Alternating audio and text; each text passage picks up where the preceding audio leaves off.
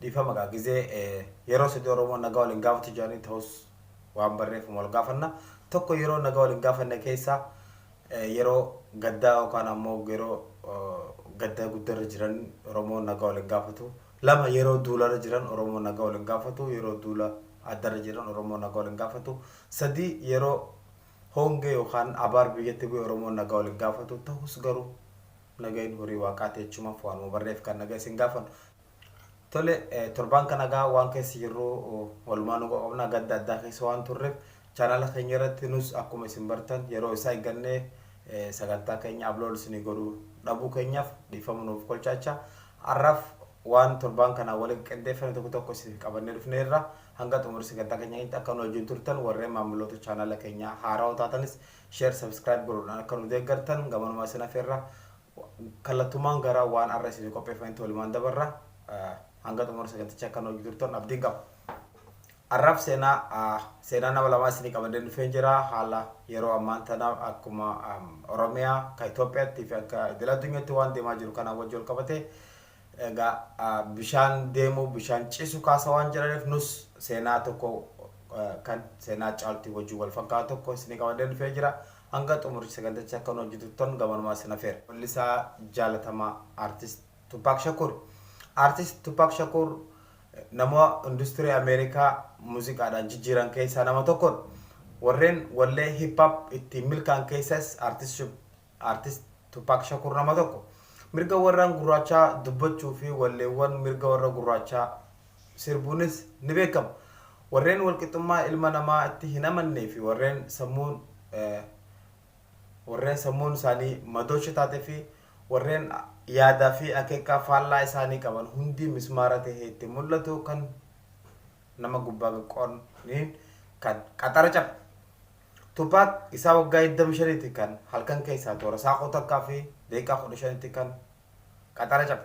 Artisti Tupac Shakur fulbana 13 bara 1996 halkan keessaa sa'a 10 takkaa fi daqiiqaa 15 Ameerikaa kutaa Las Vegas keessatti kan rukutame.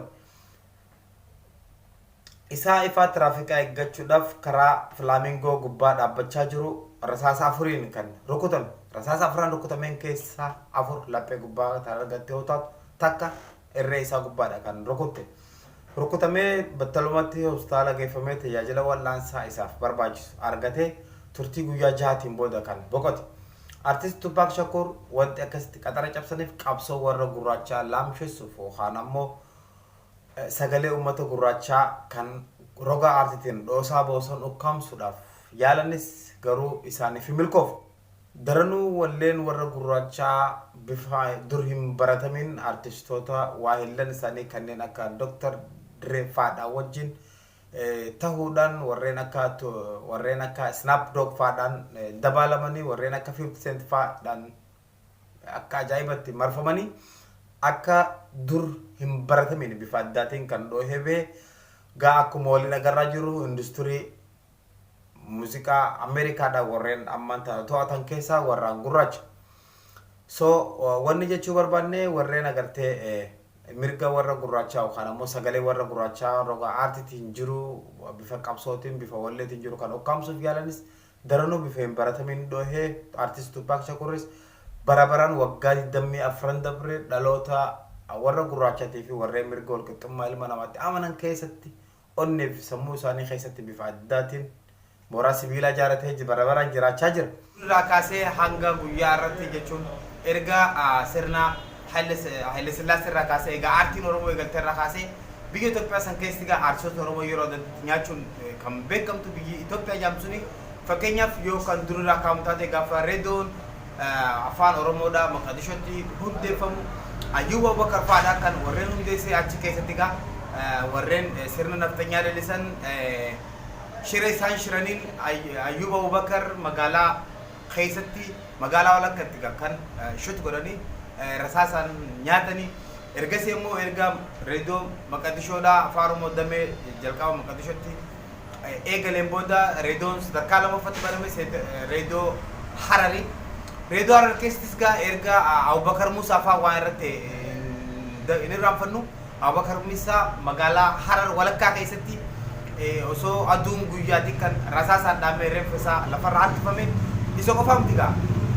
Yeroo garaagaratti arsoonni Oromoos du'a kanaaf hin sodaatanii du'a isaa du'a fi waan irraa sodaatan hin jiru. Abubakar Musaa bara mootummaa Dargii keessa mootummaan Dargii kan rasaasaan waade gaduu booda reenfa isaa kan ta'anitti lafarraa harkisanii konkolaataa lafa harkisanii isaan qofaa miti artistoota Oromoodhaa hodduu kan itti dhabne qabsoo Oromoo kana keessatti kan biraa immoo Mustafaa Rawweeti. Mustafaa Rawweedhaa nama asii gadiin awwaalame erga asii gadiin awwaalame booda isa oliyaa fi kan ammoo dhagaadhaan cafaqaniiti kan ajjeefame. Seera Mustafaa Rawwee bal'inaan yeroo biraatti isin qabadhee kan dhiyaadhu ta'a yoo Rabbiin jedhee Rabbiin fedhe. Sakofaaf tigaa baaburri qabsoo Oromoodhaa artistoota hedduudha kan galaafate erga Mustafaa Rawwee faan boodas artistoota saba kanaaf sagalee ta'anii dubbatan kanneen yadaloo fi walaloo babbareedduudhaan dabalanii qabsoo Oromoodhaa finiisaa turan kanneen akka Eebbisaa Addunyaa fa'aadha. Eebbisaa Addunyaa fa'aan gaa namni hin beekne hin jiru. Walleelee warraaqsaa akkasiitiin kan uummata Oromoodhaa milee kaasaa turanii fi qabsoo Oromoodhaa tarkaanfii takka gara fuulduraa sochoosaa turanii.